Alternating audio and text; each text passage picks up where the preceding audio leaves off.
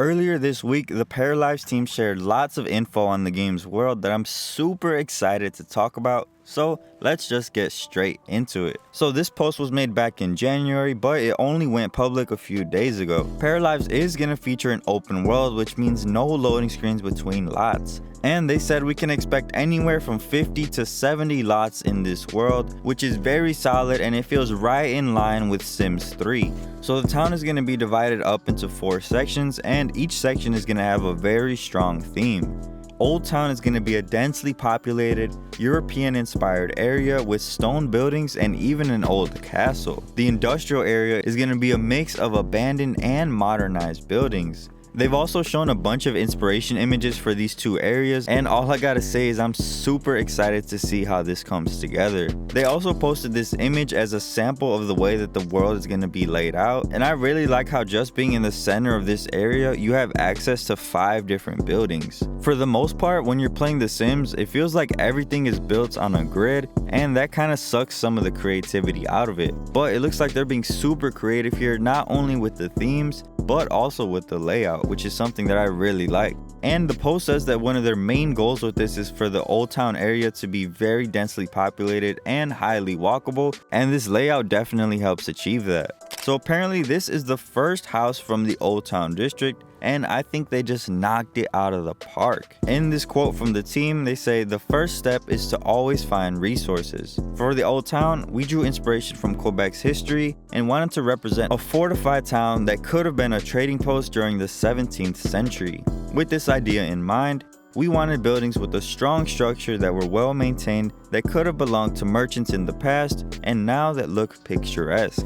You can really tell they're trying to give the feeling that this world has its own history and that it's been lived in for years. And personally, I love the character that they're trying to add in. They posted a few different angles of this building, but this one is the one that really gets me excited. Now, if you guys will notice, at the front of the house, the elevation is actually lower, and then it continues to rise as you go up. This is unlike anything I've ever seen in a life simulation game, and even in The Sims, if you try to build something like this, the terrain is not gonna play nicely. And even though a lot of these details may seem, minuscule or just put there for the purpose of decoration, it seems like almost everything here has a meaning behind it. For example, they say closed off windows are often seen on old buildings. At some point in time, houses were taxed based on the number of windows you had, so it was an easy way to avoid taxes. So because of that, you might see a lot of windows around town that were covered up for the sake of reducing taxes. These street signs on the corners of buildings are also customizable, which I think is a really cool touch. They also plan on adding in shops, restaurants, and workplaces, which sound like they're going to be a mixture of rabbit holes and active.